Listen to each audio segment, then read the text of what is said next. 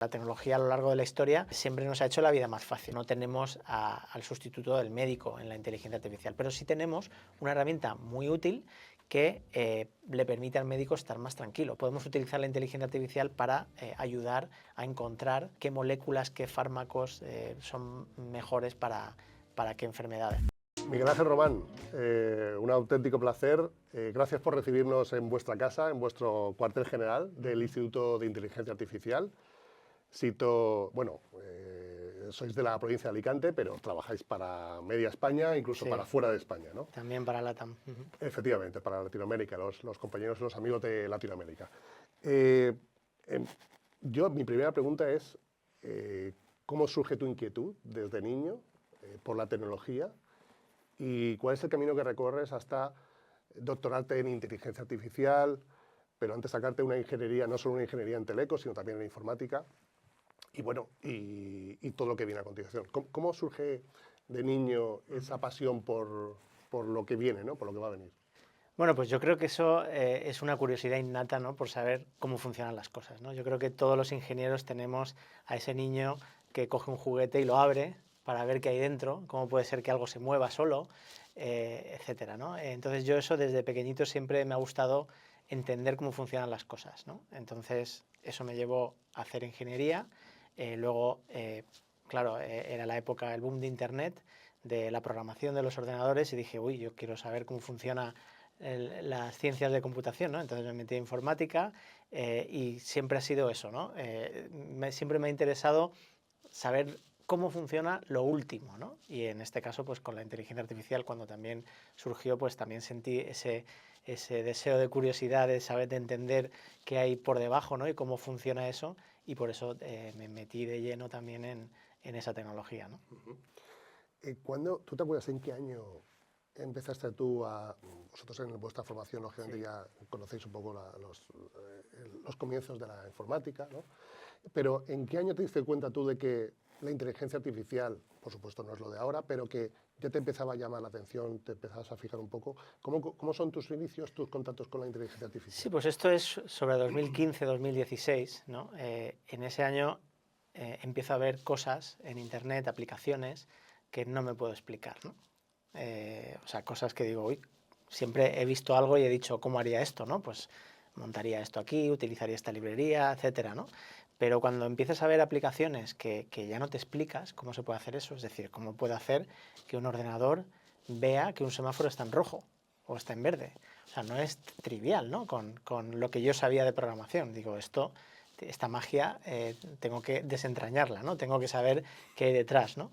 Y entonces en ese momento me empiezo a interesar por todas las tecnologías que hay por debajo, ¿no? Que son las redes neuronales, que además yo ya las había estudiado en la carrera, y la conclusión era que, bueno, que para problemas sencillos funcionaba, ¿no? Pero estas redes neuronales realmente no eran el camino para hacer máquinas más inteligentes. Entonces yo ya tenía unos ciertos conocimientos de redes neuronales, pero con esa idea de que no funcionaban, y de pronto veo que en 2016 ya empiezan a funcionar y bastante bien, ¿no? Haciendo este tipo de tareas sorprendentes. Entonces, claro, en ese momento se hablaba mucho de la conducción autónoma, porque era uno de esos grandes, digamos, retos tecnológicos que si se desbloquea, pues puede cambiar la economía y la sociedad, ¿no? Entonces me apunté a un curso para enseñarte a hacer conducción autónoma, para enseñarte a coger un vehículo y convertirlo en autónomo. Y ahí aprendí, pues aparte de las cosas de Deep Learning, pues cuál era el estado del arte en ese momento de la conducción autónoma, ¿no? Que era bastante, era muy rudimentario, y digamos, con esas tecnologías nunca se iba a llegar a la conducción autónoma, pero sí que en ese momento se pensaba que gracias a todos los avances del aprendizaje profundo, de estas redes neuronales, pues estaba a la vuelta de la esquina, ¿no? Entonces yo me introduje en la inteligencia artificial con este curso de conducción autónoma, y a partir de ahí, pues desde luego que me quedé enamorado de lo que se podían hacer con las máquinas gracias a estas tecnologías, y desde entonces pues fui digamos, un creyente de esta tecnología como digamos, elemento transformador de todo, ¿no? La tecnología a lo largo de la historia siempre nos ha hecho la vida más fácil, ¿no? Y esta era una tecnología que nos podía hacer la vida mucho más fácil, automatizando muchas tareas rutinarias y muchas tareas que al final, digamos, deshumaniza un poco al ser humano, ¿no? En todos los trabajos, etc. Entonces, en ese punto montamos el Instituto de Inteligencia Artificial con esta misión, ¿no? De decir, todo esto que estamos viendo que va a transformar la sociedad y que va a cambiar tantas cosas, queremos enseñarlo a las empresas para que lo conozcan de primera mano y estén preparadas y puedan adoptar el cambio lo antes posible y ser competitivos, ¿no? Porque al final cualquier empresa para sobrevivir tiene que estar abierta a cambios y al día de todo, ¿no? Porque si no te adelantan por la derecha, ¿no? Entonces, digamos, el instituto nace con esa misión, ¿no? Con la misión de llevar todo este conocimiento a las empresas para que puedan iniciar el cambio lo antes posible. Y en 2019, si no estoy equivocado, nace el Instituto de Inteligencia Artificial, ¿vale? Con sede aquí en la provincia de Alicante, en España, pero con personas, con profesionales de muy alto rango, con mucho prestigio. ¿Cómo se os ocurre esa idea? Es decir, las tres patas que os juntáis, por decirlo de algún modo, ¿cómo veis la necesidad de generar esta formación? Y aparte es una formación muy asequible para cualquiera, vosotros mucho lo comentáis, de que no necesitas tener conocimientos técnicos previos. Claro. De entrada es muy fácil, ¿no? Y la curva de aprendizaje también es muy rápida y muy asequible, pero ¿en qué momentos os juntáis estas tres mentes prodigiosas y veis que lo que está por venir o lo que va a venir y decidís dar el salto de montar un instituto de inteligencia artificial? Bueno, porque vemos llegar esta tecnología, los tres somos de Alicante y nos gusta vivir en Alicante y teníamos claro que desde Alicante no podíamos, digamos, construir ese centro formativo si lo queríamos hacer presencial, ¿no? Entonces, desde el principio teníamos claro que esto tenía que tener una expansión por lo menos de toda España y de todos los países hispanohablantes, ¿no? Entonces, surge con ese carácter desde el principio de intentar expandirnos lo máximo posible, fuera de, digamos, de Alicante, y por eso surge el máster en formato online, ¿vale?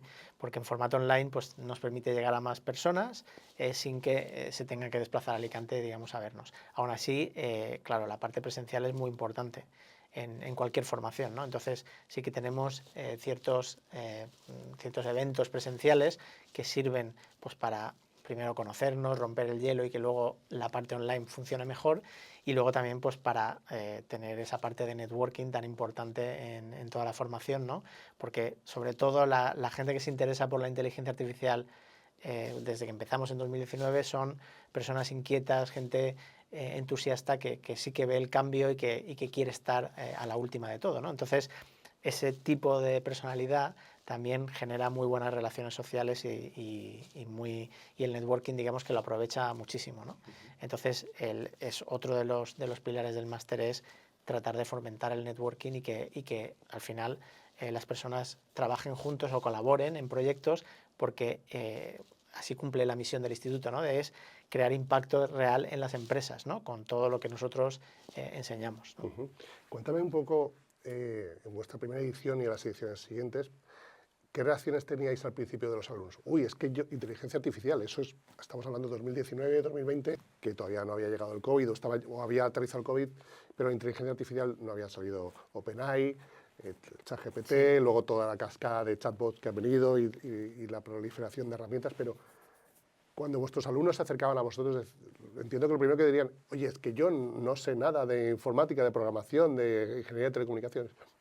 ¿Cómo vencíais esa resistencia? ¿Cómo convencíais a la gente de que la inteligencia artificial es algo muy complejo, pero también se puede empezar paso a paso desde el principio y acercarlo a prácticamente a cualquier industria, sector, profesión?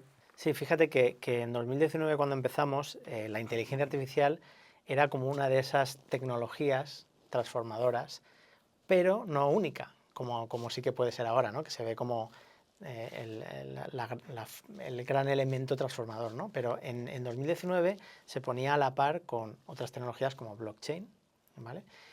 Como computación cuántica, que se ha visto pues, que no tiene aplicaciones ya directas, ¿no? Que tiene potencial, a lo mejor, de algún día ser transformador, pero hoy en día estamos muy lejos de que eso llegue a los negocios, ¿no? Entonces, estaba ahí, ¿no? La inteligencia artificial. Entonces, el que venía un poco pues, queriendo saber de inteligencia artificial, de blockchain, de computación cuántica y de todas las cosas nuevas, ¿no? Sin embargo, hoy en día eso ha cambiado. La gente ya viene directamente preguntando por la inteligencia artificial porque, como has comentado, en 2019 no teníamos ChatGPT. Y parece increíble, porque ahora, hoy en día, ya lo tenemos entre nosotros, lo utilizamos, yo por lo menos lo utilizo mucho, muchas empresas lo utilizan, y ya no somos conscientes de que tan solo hace 5 años esto parecía ciencia ficción. Es que parecía ciencia ficción. Y hoy ya lo tenemos, ¿no? Entonces, digamos que la forma de acercarse al principio era pues más de curiosos, que querían, digamos, estar a la última, y ahora sí que, además de esos curiosos, sí que hay muchas personas que ya ven el potencial y que están preocupados por digamos, la supervivencia de sus empresas si no introducen la inteligencia artificial, si no son más eficientes con la inteligencia artificial. O sea, ahora ya hay un tema de supervivencia. Las compañías que empiezan ahora con gente joven ya tienen todas estas herramientas como parte de su ADN. Mientras que las empresas que ya existen pues tienen que ir transformándose, ¿no? Porque si no, digamos que les adelantan, ¿no?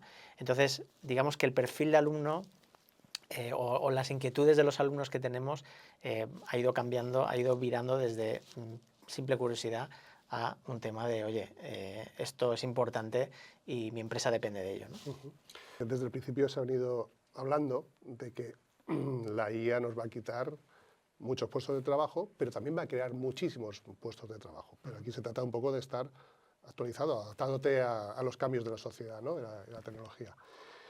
¿Qué idea tienes tú sobre precisamente esto? Si llegará un momento en que habrá que poner un salario social para que la gente no trabaje y trabajen por nosotros, no sé si dentro de 10 o 20 años ya tendremos los primeros humanoides en casa, porque eso también va como inteligencia artificial súper acelerado con los robots. ¿Qué idea tienes tú sobre el concepto de si de verdad nos van a quitar el trabajo a la gente que no se adapte, o va a ser siempre un apoyo, un complemento, y de lo que se trata es que actualizarse, renovarse o morir? Yo, la verdad es que he tenido una opinión que ha ido cambiando, ¿no? Yo al principio sí que veía esto como una, digamos, amenaza a los esquemas sociales que tenemos en nuestro, ¿no? Del trabajo, etcétera. Pero poco a poco, con el tiempo, me he dado cuenta que no, que esta sería la primera tecnología que elimina puestos de trabajo. O sea, todas las tecnologías a lo largo de la historia siempre han servido para crear más crecimiento, para optimizar un proceso y para, al final, crear más puestos de trabajo, ¿no? Y creo que con la inteligencia artificial va a ser lo mismo, por lo menos con la que tenemos hoy. Es decir, a lo mejor dentro de 30 años todo eso cambia, pero son 30 años en los cuales, como sociedad, nos habremos adaptado. Las cosas parece que van a ocurrir de la noche a la mañana, ¿no? Cuando tú empiezas a ver, cuando la primera vez que ves ChatGPT, tú sientes por dentro, te sientes abrumado, ¿no? Porque dices, ostras, es que ya hay una máquina que me está hablando y me está respondiendo de forma coherente. Y ya tu cerebro extrapola y dice, pues en un año se moverá y me hará la colada, ¿no? Luego la realidad no es esa. La realidad es que lo que estás viendo es pues lo último de ingeniería, pero para que eso realmente sea transformador y sustituya a un ser humano queda mucho trabajo por delante, ¿no? Aún así son herramientas muy útiles para muchas verticales y así es como hay que ver la inteligencia artificial, como un software que permite automatizar tareas que antes no se podían automatizar, ¿no? Digamos que con el software tradicional llegábamos hasta un límite de cosas que se podían hacer y ahora con la inteligencia artificial ese límite lo hemos superado, ¿no? Igual que con los modelos tipo ChatGPT estábamos ya acercándonos a un límite y justo la semana pasada salió O1 con una nueva forma, una nueva aproximación de llamar al modelo y de pronto hemos puesto el límite mucho más alto, ¿no? Porque ahora ya el modelo es capaz de hacer razonamientos sencillos, ¿no?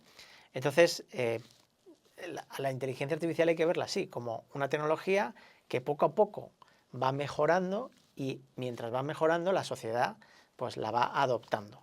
Pero es la sociedad la que adopta la tecnología y no la tecnología la que cambia la sociedad de la noche a la mañana.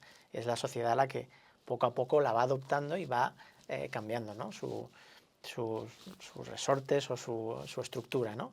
Entonces yo creo que es terreno de la especulación empezar a hablar de salarios mínimos, salarios universales, renta básica universal, etcétera, cuando no sabemos realmente el impacto que va a tener de aquí a 10 años, mucho menos de 30, ¿no? Entonces, yo creo que hay que verlo como una tecnología que nos viene a hacer la vida más fácil, como todas las tecnologías anteriores. Un grifo es tecnología. A veces pensamos que la tecnología tiene que ser todo lo digital, pero la tecnología el hombre la viene incorporando a su día a día desde tiempos inmemoriales y siempre ha sido para hacernos la vida mejor, y los trabajos del siglo XXI no son los trabajos de principios del siglo XX, ¿vale? Son mucho más, con mucha mejor calidad de vida, ¿no? Podemos decir, y eso ha sido gracias a la tecnología. Entonces no veo que esta sea diferente, esta tecnología sea diferente, por lo menos ahora mismo, ¿no? Entre vuestros alumnos tenéis de todo tipo de numerosos sectores, abogados, incluso me acuerdo de sectores del mármol. Sí. Y también estáis teniendo sanitarios. Sí. ¿En qué medida ves tú que esto es un campo amplísimo también, pero por si nos puedes dar algunas pinceladas, ¿en qué medida puede ayudar la inteligencia artificial al campo sanitario? Insisto, cada disciplina de la salud es un mundo, y la inteligencia artificial aplicada a cada uno de estos sectores dentro del campo de salud, pues también casi infinito. Pero para tener una idea en general, ¿en qué medida está ayudando ya y va a ayudar la inteligencia artificial al campo de la salud? Bueno, pues de entrada lo que todo el mundo sabe ya es el diagnóstico, ¿no? El diagnóstico, ya sea a través de imágenes o a través de, digamos, de pruebas que se hacen, etcétera. La inteligencia artificial es capaz de, en base a pues, unos datos de pruebas o de imágenes, es capaz de hacer diagnósticos, ¿no? ¿Esto quiere decir que los médicos que hacen diagnósticos se pueden eliminar? No, porque siempre hace falta la supervisión humana, porque las máquinas se pueden equivocar, pueden no tener en cuenta ciertos casos que no han visto durante su entrenamiento, se pueden equivocar, es decir, no tenemos al sustituto del médico en la inteligencia artificial, pero sí tenemos una herramienta muy útil que le permite al médico estar más tranquilo. ¿Por qué? Porque tiene el diagnóstico de la IA. Es como si habla con otro médico: oye, ¿tú qué opinas de esto? Con el diagnóstico de la IA y con su conocimiento, pues puede, la combinación humano-máquina puede hacer que se disminuya el número de errores, ¿vale? Eso por un lado. Pero por otro lado, el hecho de poder tener pruebas diagnósticas, de abaratar el coste de pruebas diagnósticas, nos puede también cambiar el modelo de medicina para que sea más preventiva. Es decir, yo no me hago un TAC porque no me pasa nada, pero a lo mejor tengo algo. Si el TAC fuera muy barato porque yo me meto en una máquina y automáticamente me da el diagnóstico, sin que tenga que pasar por una consulta, por un médico, contarle lo que me pasa, etcétera, y lo puedo hacer cada año porque se puede, digamos, abaratar el coste de ese TAC gracias a la inteligencia artificial, pues la medicina preventiva puede hacer que se detecten las cosas antes y pues haya menos problemas. Por ejemplo, estoy pensando en el cáncer o en cualquier enfermedad mortal, ¿no? Que se pueda detectar antes de que realmente los síntomas ya sean graves, ¿no? Eso en cuanto al diagnóstico, ¿no? Pero luego hay otra parte de la medicina que es la parte de la investigación, con fármacos, etcétera, más de temas de farmacia, donde la inteligencia artificial puede revolucionar muchísimo porque puede encontrar moléculas que vengan bien para tratar cierta enfermedad. Incluso se está hablando también de vacunas contra el cáncer, ¿no? Todo este mundo de las proteínas, ¿no? Que también sigue, digamos, pues unas leyes de la biología que son muy difíciles de desentrañar, ¿no? Podemos utilizar la inteligencia artificial para ayudar a encontrar qué moléculas, qué fármacos son mejores para qué enfermedades, ¿no? de una manera más rápida, ¿no? Hasta ahora pues la investigación es muy lenta porque hay que hacer muchas pruebas, muchos ensayos, etcétera. Si la inteligencia artificial nos puede ayudar a encontrar esos 4 o 5 candidatos que podrían atacar una enfermedad, pues todo el proceso de descubrimiento de fármacos se acorta enormemente, ¿no? Así que por ahí también, por ahí hay un gran campo de mejora y un potencial enorme, ¿no? Para todos los temas de salud. En la sanidad es muy importante el contacto humano, la empatía. Algunos pueden pensar que, uy, que vienen los robots, que viene la inteligencia artificial y esto va a ser muy frío, un paciente, una cámara de visión, me identifica ya directamente la presión arterial, la temperatura, pero para evitar esa resistencia o ese miedo, debemos entender que, lógicamente, como tú decías, esto es como consultarlo con otro médico, con otro compañero, simplemente que tiene acceso a una base de datos brutal, ha sido muy bien entrenado, lógicamente puede fallar, pero ¿cómo podemos vencer ese miedo a utilizar, a meternos en el mundo de la inteligencia artificial aplicada a la sanidad? Es decir, me pongo la piel de una enfermera, enfermero, un médico, un fisioterapeuta, un podólogo. ¿Por qué hay que perder ese miedo a la inteligencia artificial y no verlo como un enemigo, sino, no, es que yo sigo haciéndolo como siempre y a lo mejor ya no toca hacerlo como siempre, hay que adaptarse? Sí, yo creo que esto es la pregunta de cuando llega una nueva tecnología que se tiene que hacer cualquier profesional, ¿no? ¿Soy mejor con esta nueva tecnología o soy peor? Si soy mejor, pues la tengo que adoptar, ¿vale? Porque si no la adopto yo, la va a adoptar otro y va a ser mejor que yo. Entonces, yo creo que hay que verlo así, no como una amenaza. Además, lo que he dicho antes, incluso si pudiéramos demostrar estadísticamente que estas herramientas de diagnóstico tienen porcentajes de error menores que los humanos, no las incorporaríamos de la noche a la mañana. Nadie lo haría. Ni los tecnólogos queremos, ni los médicos, ni los pacientes. O sea, no hay nadie interesado en sustituir de la noche a la mañana a los médicos.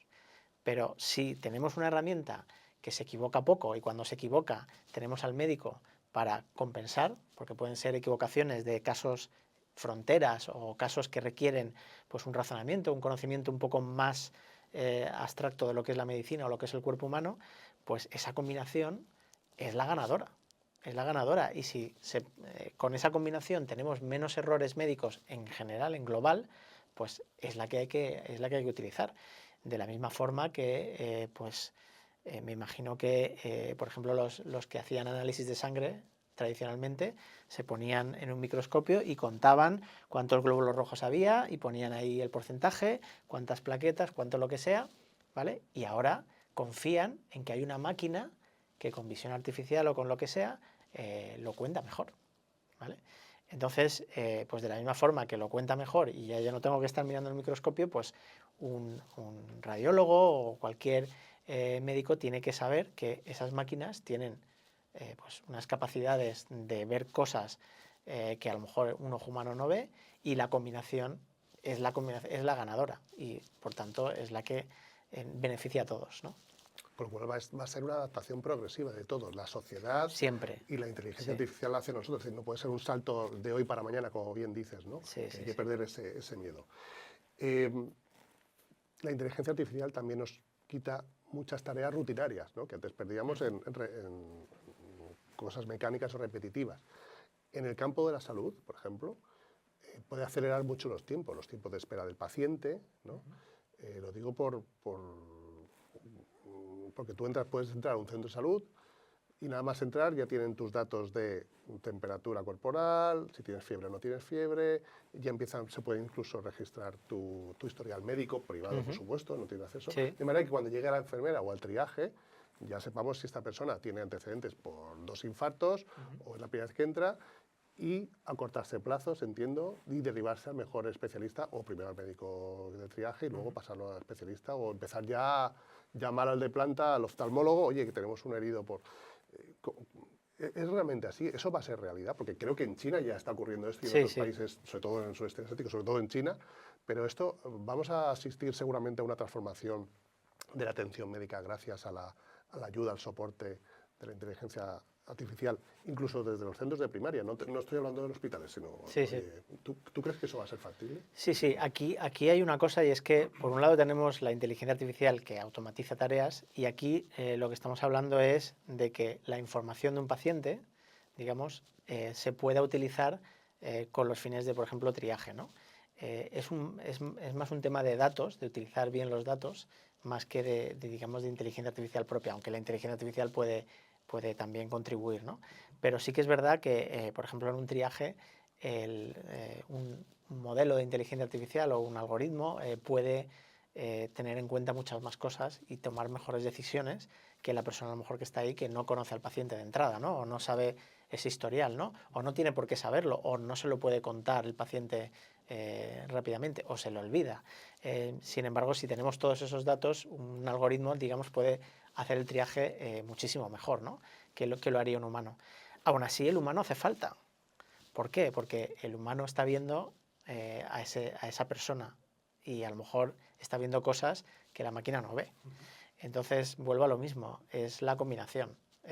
Aquí, obviamente, se va a tardar más porque hay temas regulatorios con el acceso a datos, etcétera, pero es obvio que una atención mejor de una persona ocurre si una máquina tiene todos tus datos y puede tomar mejores decisiones, desde luego. Pero ayuda enormemente a cortar plazos de espera También, para el paciente sí, y para el profesional. sí, y derivar los casos realmente por la vía adecuada, ¿no? Que no haya equivocaciones, que un paciente no tenga que esperar más del tiempo necesario o más del tiempo que sea peligroso para su estado o su situación, ¿no? Personal. ¿Cómo ves tú el desarrollo de los hospitales? Sobre todo están proliferando cada vez más la sanidad privada en España, sigue en auge, y seguramente en otros países de Latinoamérica bueno, en Estados Unidos ni hablemos porque es otro mundo, ¿no? Pero ¿piensas que siempre la administración pública, por decirlo un poco, va por detrás, ¿no? Tal vez tiene menos reacción, menos capacidad de reacción para invertir en tecnología, va un poco a remolque en ocasiones. Sin embargo, los centros privados apuestan muchas veces por la innovación, por la tecnología, ¿Tú crees que vamos hacia modelos de sanidad privada donde se invierta mucho y se quieran subir al carro de la inteligencia artificial y se van a quedar un poco descolgados los hospitales públicos, teniendo una sanidad brutal como tenemos en España, de pública?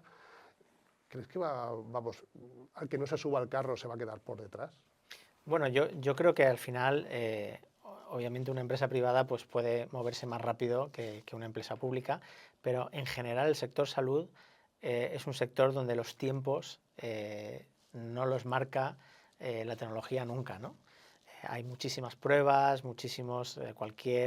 eh, cualquier instrumental diagnóstico necesita pasar por una serie de procesos muy rigurosos para poder ser puestos en un hospital o sea, digamos que los tiempos de adopción de la tecnología, en concreto en el sector salud, son siempre lentos.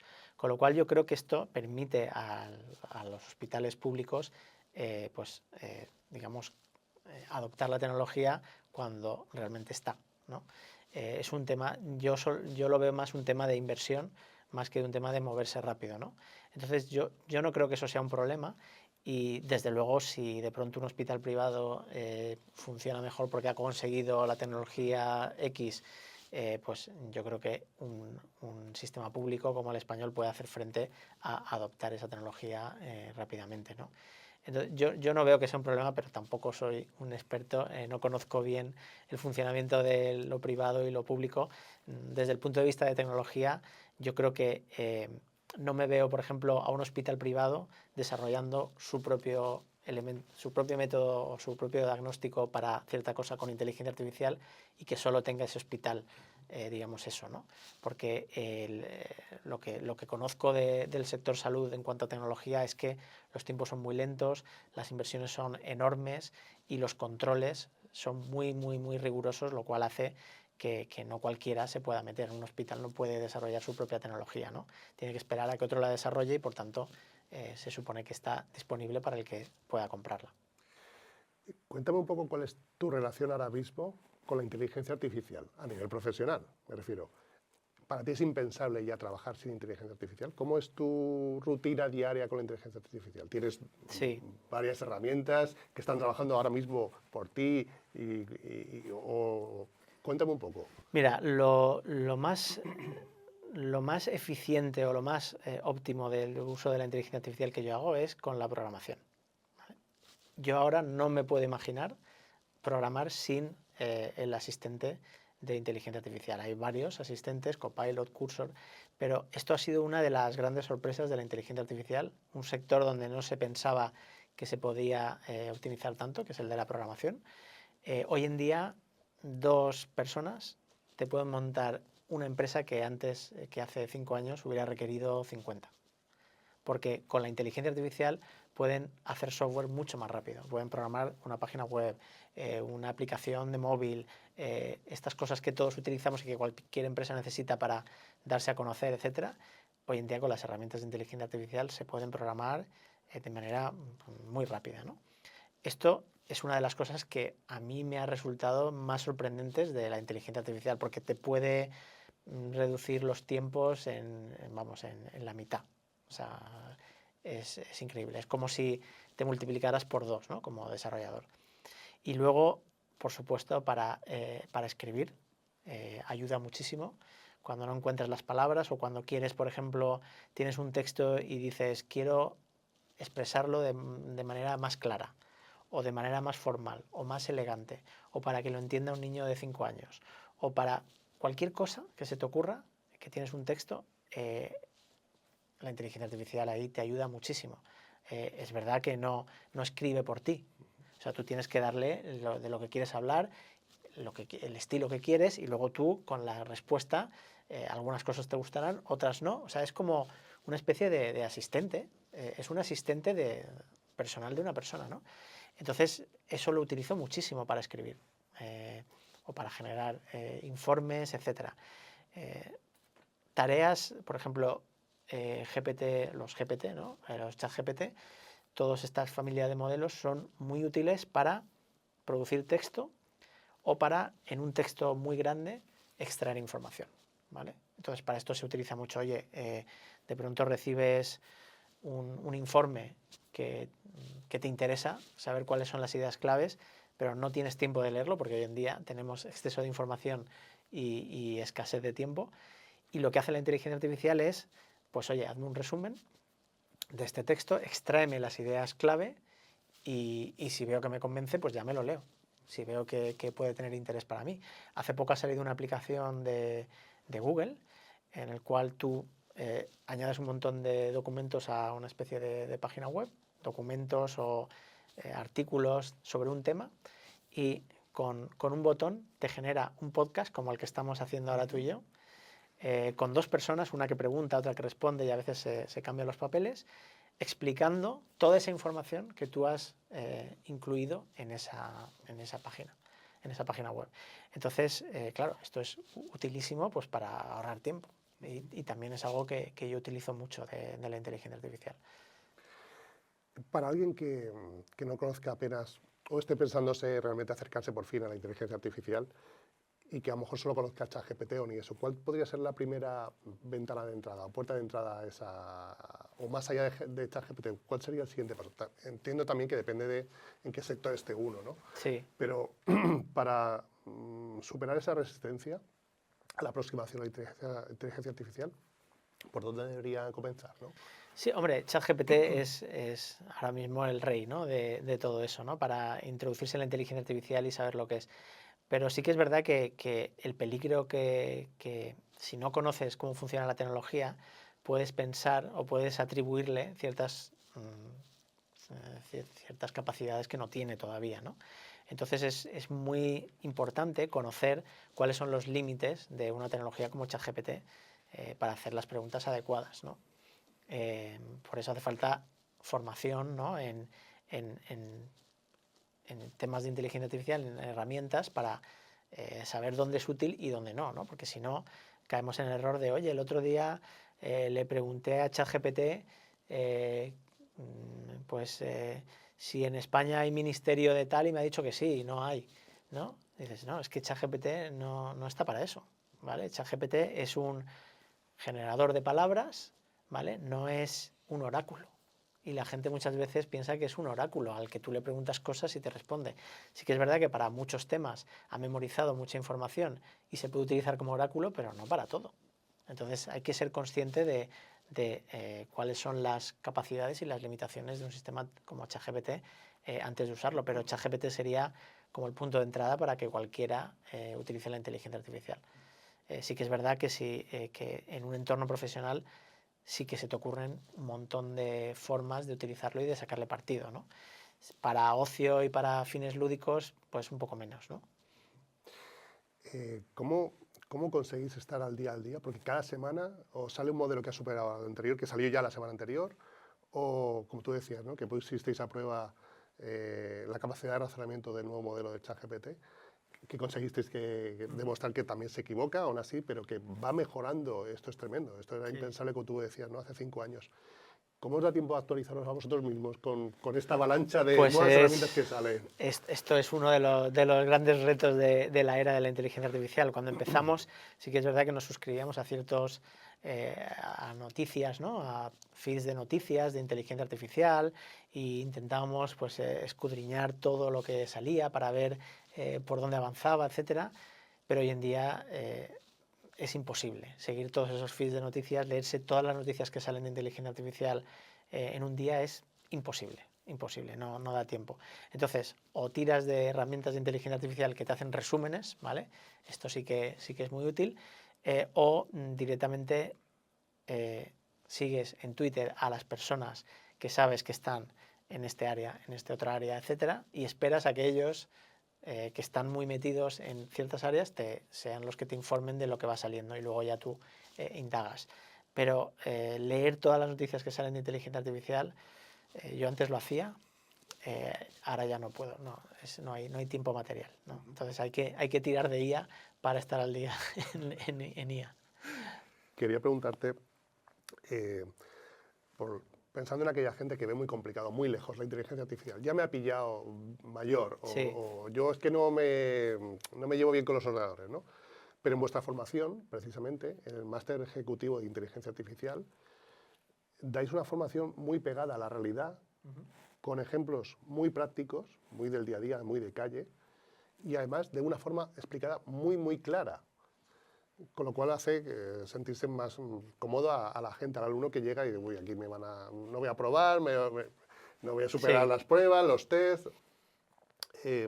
¿Cómo conseguís bajar de como vosotros como tecnólogos que utilizáis una jerga propia, lógicamente, cómo os ponéis en la piel del alumno que no sabe nada? Y yo creo que es una de las grandes ventajas de vuestro máster, es decir, explicar las cosas bien claras, de forma sencilla, Sí. aún siendo complejo, y de una forma que te atrape de verdad, ¿no? ¿Dónde está la clave un poco de conseguir todo esto? Pues mira, nuestro objetivo era que las personas que acaban el máster sean los mayores expertos en inteligencia artificial en su entorno profesional, ¿no? Entonces, para eso hay que entender cómo funciona la tecnología. Pero sabíamos que no podíamos ni hablar de matemáticas, ni de programación, ni nada que asuste a la gente, ¿no? Entonces, nos propusimos explicar la tecnología para que cualquiera la pueda entender, ¿no? Con símiles, con ejemplos y sin utilizar ninguna fórmula matemática, ¿no? Ese era como nuestro principal objetivo. Porque hoy en día, si tú tienes una empresa, eres usuario del móvil, eres usuario del cloud, eres usuario de muchas de las tecnologías que luego incorporas en tu empresa y eres consciente de ello porque eres usuario.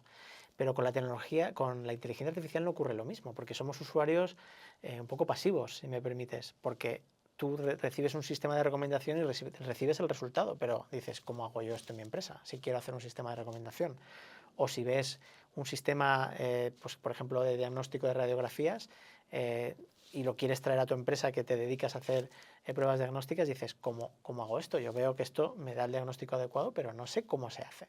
Entonces, el objetivo del máster es explicar eso, cómo se hacen todas estas, cómo se pueden hacer todas estas aplicaciones de inteligencia artificial sin llegar a, digamos, a la parte más técnica de lenguajes de programación, matemáticas, etc. ¿Para qué? Para que tú desde tu empresa puedas liderar en la introducción de aplicaciones de inteligencia artificial y luego haya personas o subcontratas a lo mejor el desarrollo, pero tú puedas controlar exactamente lo que quieres que se haga porque sabes cómo funciona la tecnología, sabes hasta dónde llega y sabes pues lo que da valor a tu negocio, ¿no? ¿Hacia dónde crees que va el Instituto de Inteligencia Artificial? ¿Os pensabais que vais a llegar al punto en el que estáis ahora mismo? ¿Y hacia dónde transita? Bueno, pues sí que es verdad que cuando empezamos solo teníamos un producto, que era el máster ejecutivo en inteligencia artificial, que sigue siendo pues, el principal producto de la empresa, con digamos, esta filosofía que he comentado, pero desde entonces lo que hemos hecho es hacer más cursos verticales, ¿no? Para cada una de las áreas de un negocio. Por ejemplo, tenemos uno para marketing, otro para juristas, tenemos cursos para programadores, con el objetivo no de enseñar de forma exhaustiva cómo programar una aplicación de inteligencia artificial, pero sí darte los primeros pasos para que luego tú ya tires del hilo y puedas, digamos, introducirte en la inteligencia artificial sin tener que recorrer los caminos equivocados, ¿no? Digamos, orientándote desde el principio. Son cursos muy cortitos. Tenemos también, bueno, estamos pensando en hacer uno también para salud.